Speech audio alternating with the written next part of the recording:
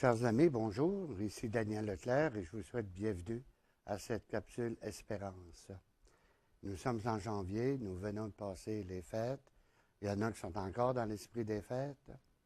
Et on s'est laissé avant Noël sur le réseau des émotions. On va y revenir. Mais avant, il y a une émotion importante qu'on a vécue et on se souviendra de cette tuerie aux États-Unis. On connaît les détails, c'est pas en ce sens-là que je veux aller. Pendant les fêtes, il y a quelqu'un qui me disait « Pourquoi le mal? Pourquoi de telles souffrances? Pourquoi en sommes-nous rendus à prendre des armes d'assaut dans la vie privée des gens? Et surtout pour des enfants. » Je n'ai pas de réponse à cette question. Mais je me souviens d'une histoire, une légende que j'ai entendue. C'est un professeur de philosophie qui était tellement fier de dire qu'il était athée, qu'il n'avait pas la foi, qu'il ne croyait pas en Dieu. Puis il y avait devant lui, parmi ses étudiants, un jeune qui disait qu'il avait la foi. Et le prof dit, ton Dieu, tu dis que c'est un bon Dieu. L'enfant dit oui. Puis il dit, il a tout créé. Il dit oui. Mais il dit, si moi j'ai un problème, il dit, s'il a tout créé, puis qu'il est bon, pourquoi il a créé le mal? Mais le jeune dit, c'est peut-être pas Dieu qui a créé le mal. Mais il dit, si Dieu n'a pas créé le mal, ça veut dire qu'il n'a pas tout créé. Alors, il y avait en arrière de la classe un autre étudiant qui lève la main et dit, monsieur, selon vous, est-ce que la noirceur existe? Et le prof dit, oui, il dit, on peut bien le voir. Il dit, le soir, quand le soleil est baissé, il faut allumer les lumières. Il dit, on la voit, la noirceur. Et le jeune dit, pourtant, moi, je suis étudiant en physique. Et mon professeur nous dit que la noirceur n'existe pas. Parce qu'on ne peut pas mesurer, on ne peut pas quantifier la noirceur. Ce qu'on peut mesurer, par exemple, et quantifier, c'est la lumière. Alors, la noirceur, c'est peut-être juste un mot qu'on a inventé pour signifier l'absence de lumière. Et il dit, selon vous, monsieur, est-ce que le froid existe? Et le professeur dit, oui. Il dit, à moins 30, c'est évident qu'on le ressent, le froid. Mais il dit, moi, selon mon professeur de physique, le froid n'existe pas. Parce qu'on ne peut pas mesurer, on ne peut pas quantifier le froid. Ce qu'on peut mesurer, c'est l'énergie, la chaleur. On sait que ce sont des molécules qui se frictionnent, qui émanent une énergie, et cette énergie devient chaleur. Mais le froid, on ne sait pas de quoi il est fait. Et il dit, c'est peut-être, ça serait un mot qu'on a inventé pour parler de l'absence de chaleur.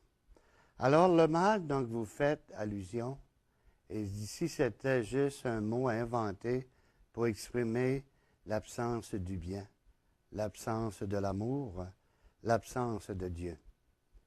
Je ne vais pas plus loin dans la réflexion, mais la légende dit que cet étudiant en philosophie qui était en physique s'appelait Albert Einstein. Nous sommes dans des émotions. On s'est quitté là-dessus avant Noël.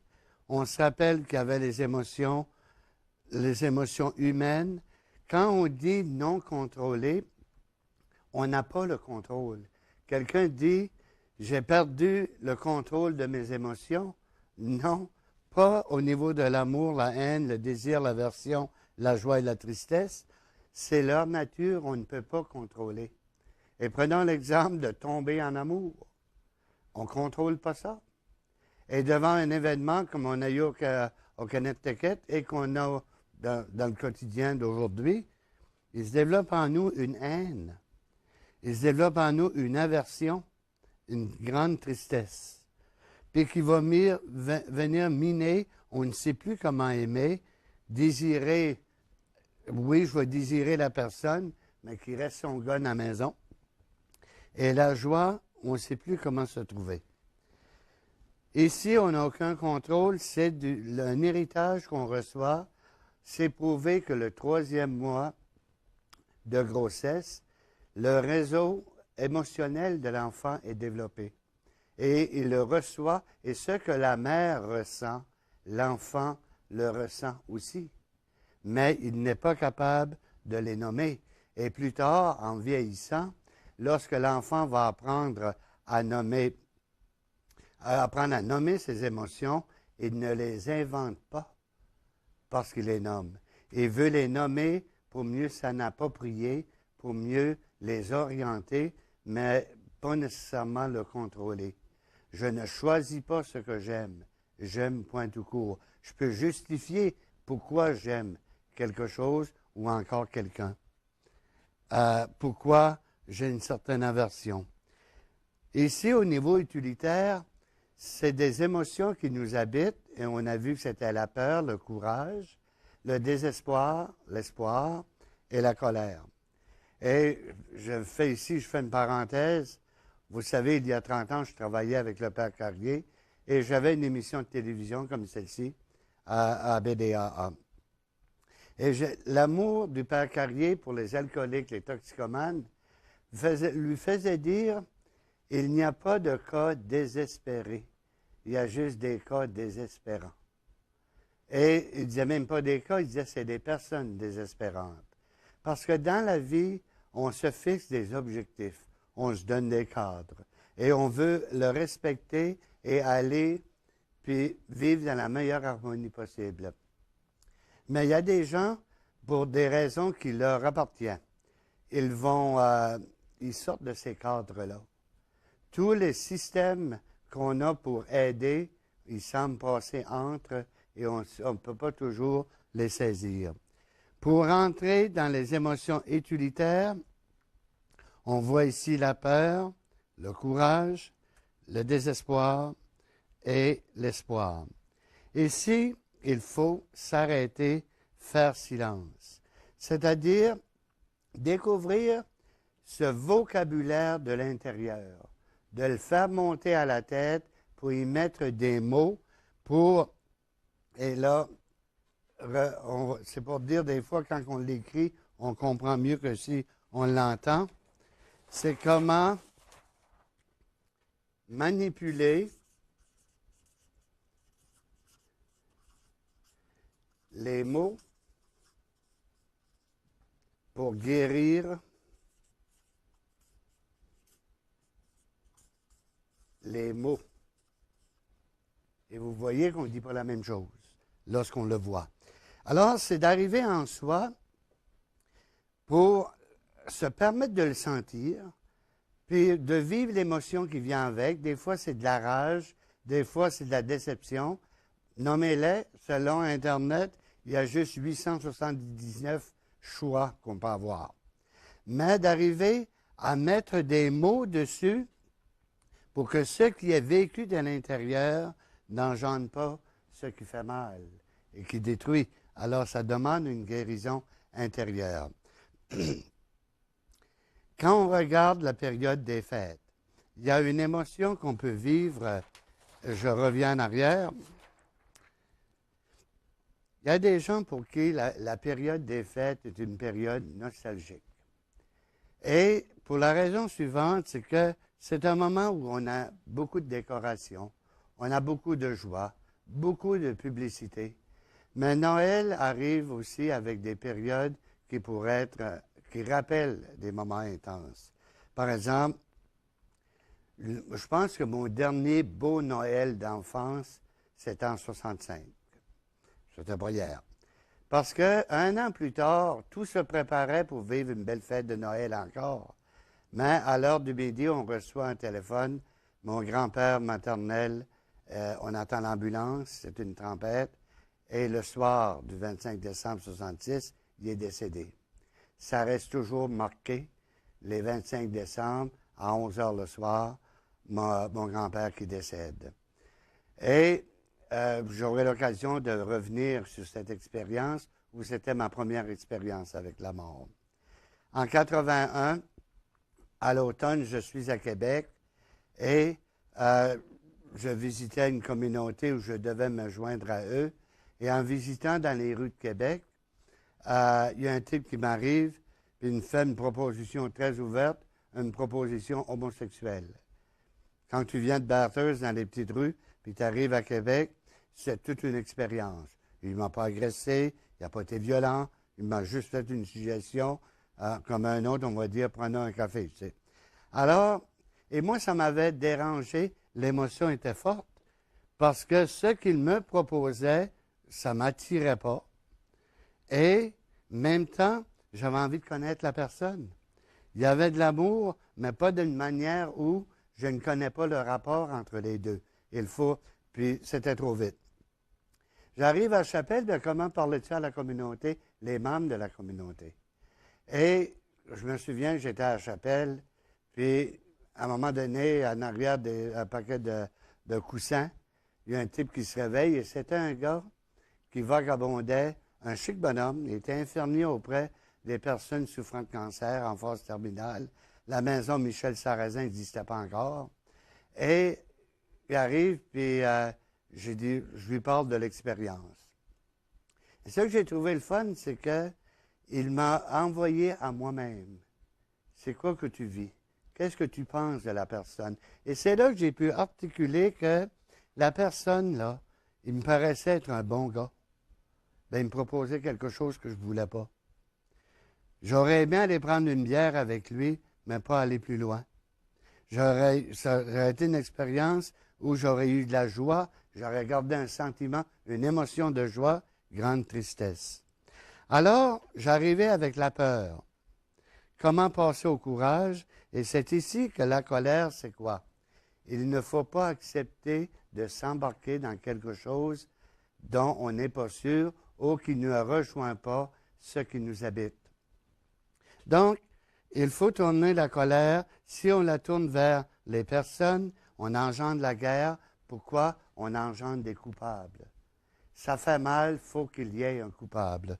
Et à ce moment-là, si on tourne la colère vers les situations, là, on cherche une collaboration parce que ce n'est plus des coupables, des personnes à condamner, mais des personnes responsables, des personnes qui vont arriver et qui vont embarquer, répondre avec moi, m'aider à me découvrir tout en vivant quelque chose et changer le désespoir en espoir, la peur en courage. Alors, le Noël de nos enfances, il y a de la tristesse, mais en même temps, on dit que c'est une période de joie.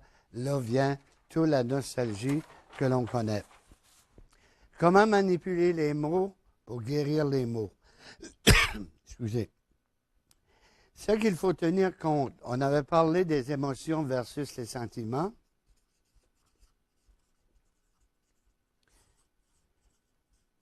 Rappelons-nous que l'émotion, c'est avec un moment précis,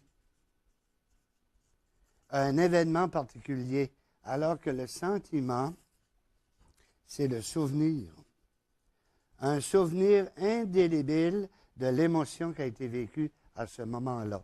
Alors, à ce moment-là, c'est comme si on avait un disque dur, une mémoire vive en nous, les émotions. Et je me souviens d'avoir lu Marie-Paul Ross, Laissez-moi parler d'amour et de sexe, puis qu'elle parlait de la mémoire moléculaire. Ça rejoint le souvenir. Toutes les molécules du corps ont leur propre souvenir. Et à ce moment-là, on porte ça comme bagage. Comment est-ce qu'on fait? Comment est-ce qu'on fait pour en guérir de ça? On a notre réseau, nos réseaux sociaux.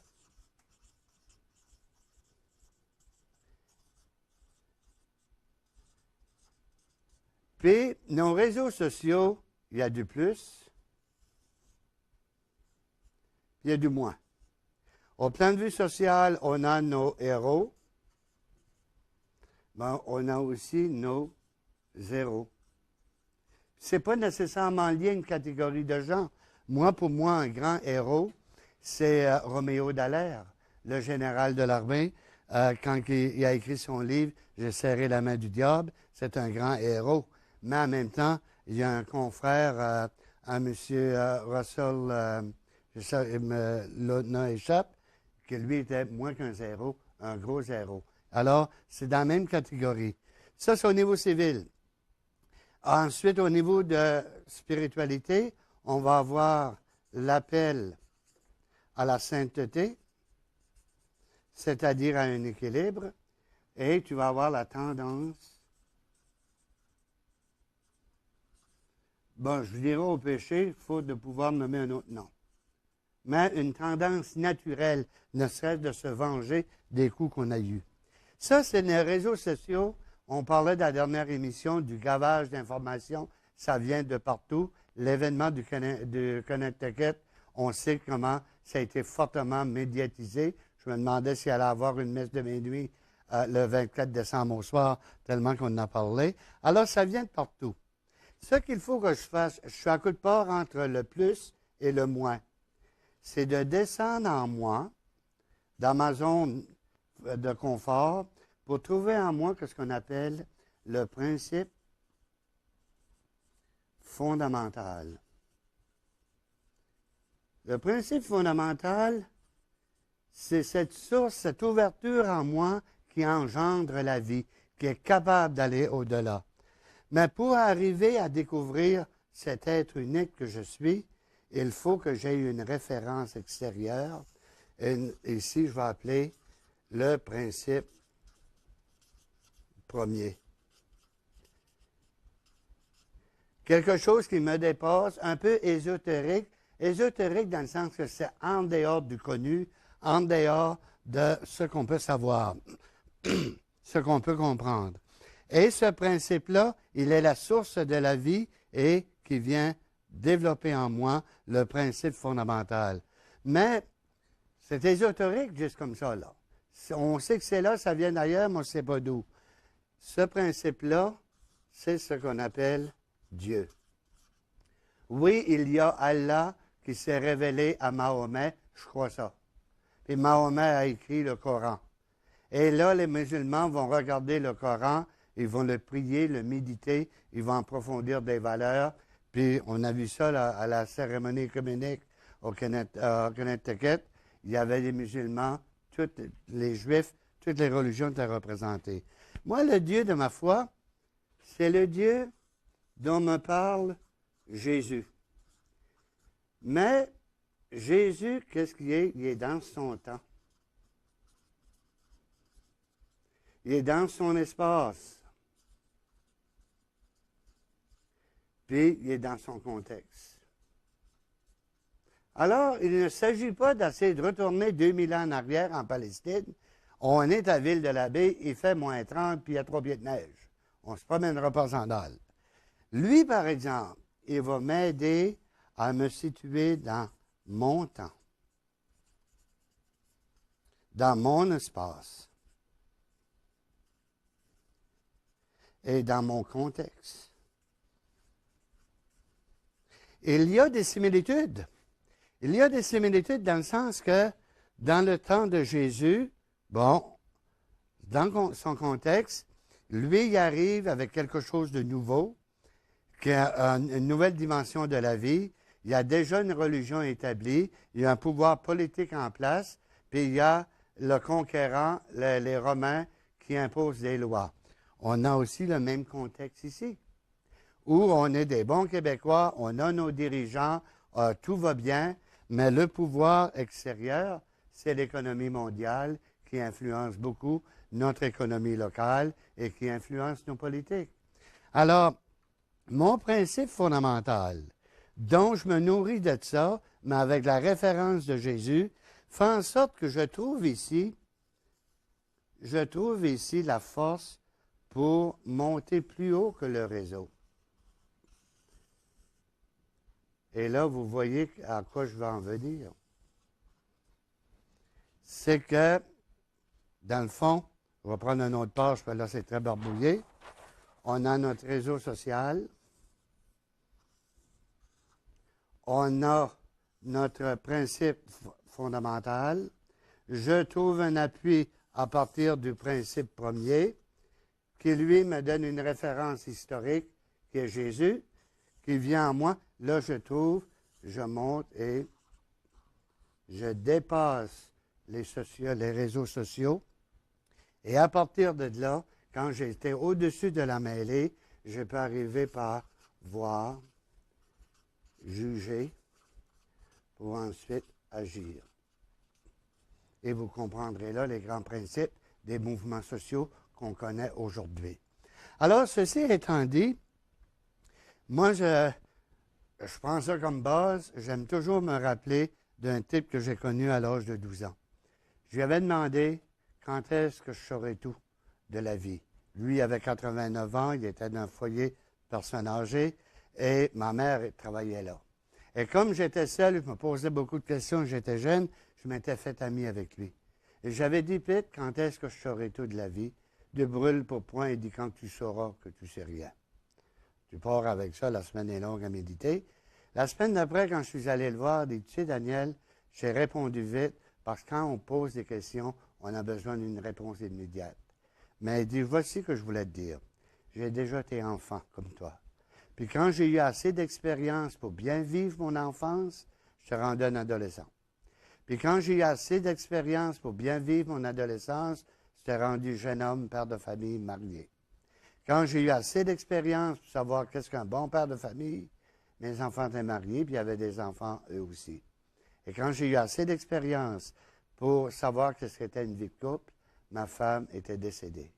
Et aujourd'hui, j'ai assez d'expérience pour t'apprendre qu'est-ce qu'est la vie, et moi, je dois me préparer à mourir. Et si ma référence, c'est toujours, il faut que je me situe dans l'histoire avec quelqu'un qui a été dans l'histoire. Et Jésus, on appelle ça la critique externe. Jésus a réellement existé. C'est très bien documenté sur sa manière qu'il est mort. Ce qui fait la différence, est-ce qu'on croit à sa résurrection? Ça nous appartient, chacun d'entre nous. Nous commençons une belle année. C'est l'année 2013. Je voudrais terminer cette première émission 2013 en vous souhaitant une bonne et heureuse année, une sainte année, une année où on va aller vers l'équilibre. L'équilibre en soi pour mieux vivre alentour et de sorte qu'on fera de tous les jours de l'année à une période de fête. En passant, comme je dis toujours dans la période des fêtes, je vous souhaite une bonne heureuse année, le paradis à la fin de vos jours, mais pas cette année. Bonne semaine, au plaisir.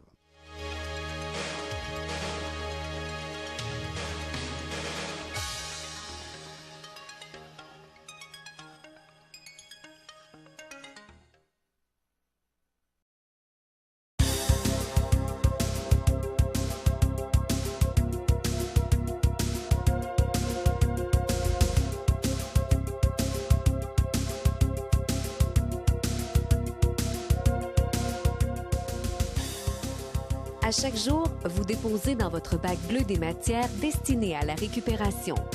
Qu'arrive-t-il à ces matières? Où vont-elles? Saviez-vous que toutes les matières recueillies dans votre bac de récupération vont au centre de tri de la Régie des matières résiduelles du Lac-Saint-Jean?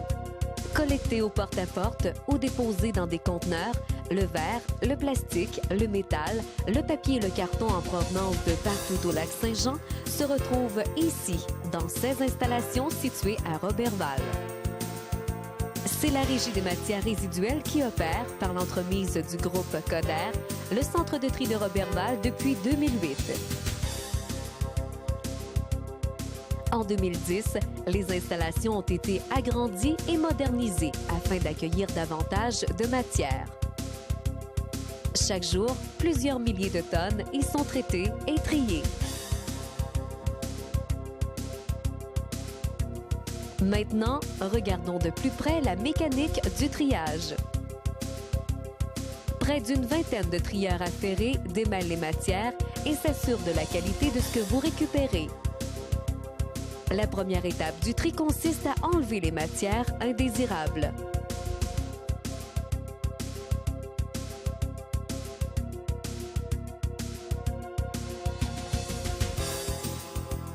Après avoir enlevé ces matières, le carton est séparé mécaniquement, tandis que les matières restantes se dirigent vers la deuxième étape du tri.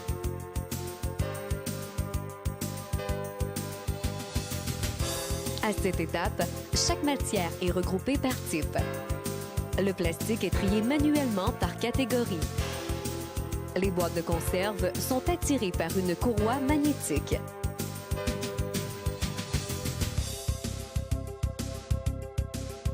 Le verre est concassé.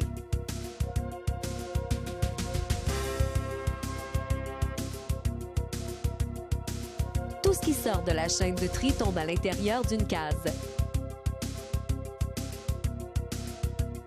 Une fois pleine, elle est vidée et les matières sont alors poussées dans un convoyeur qui les dirige vers la presse où elles sont mises en ballots.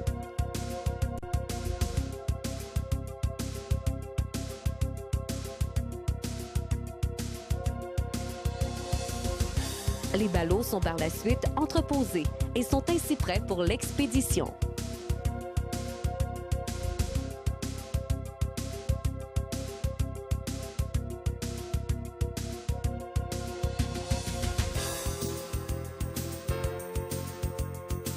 Malheureusement, encore beaucoup de matières indésirables se retrouvent au centre de tri.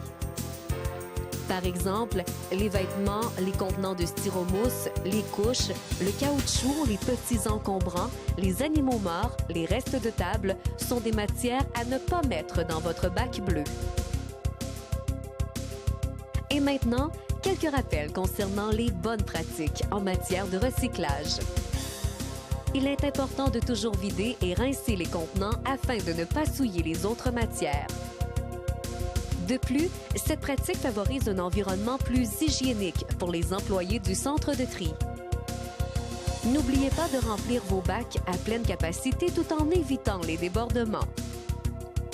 Videz les sacs publicitaires de leur contenu pour en faciliter le tri. Et n'oubliez pas, pour tout ce qui concerne les petits appareils électriques, les piles, les bonbonnes de propane, les meubles, les électroménagers, les pneus ou tout autre objet encombrant, il y a un écocentre près de chez vous. Pour plus d'informations, visitez le www.rmrlac.qc.ca.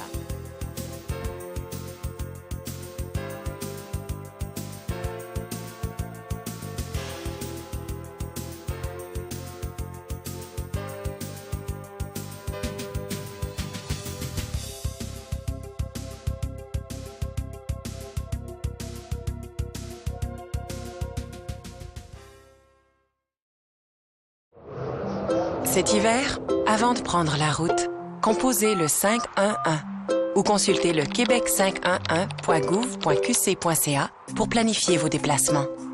Prenez le volant en toute sécurité. Cet hiver, réduisez votre vitesse. Gardez une plus grande distance avec le véhicule qui vous précède et soyez vigilant en tout temps sur la route. Prenez le volant en toute sécurité.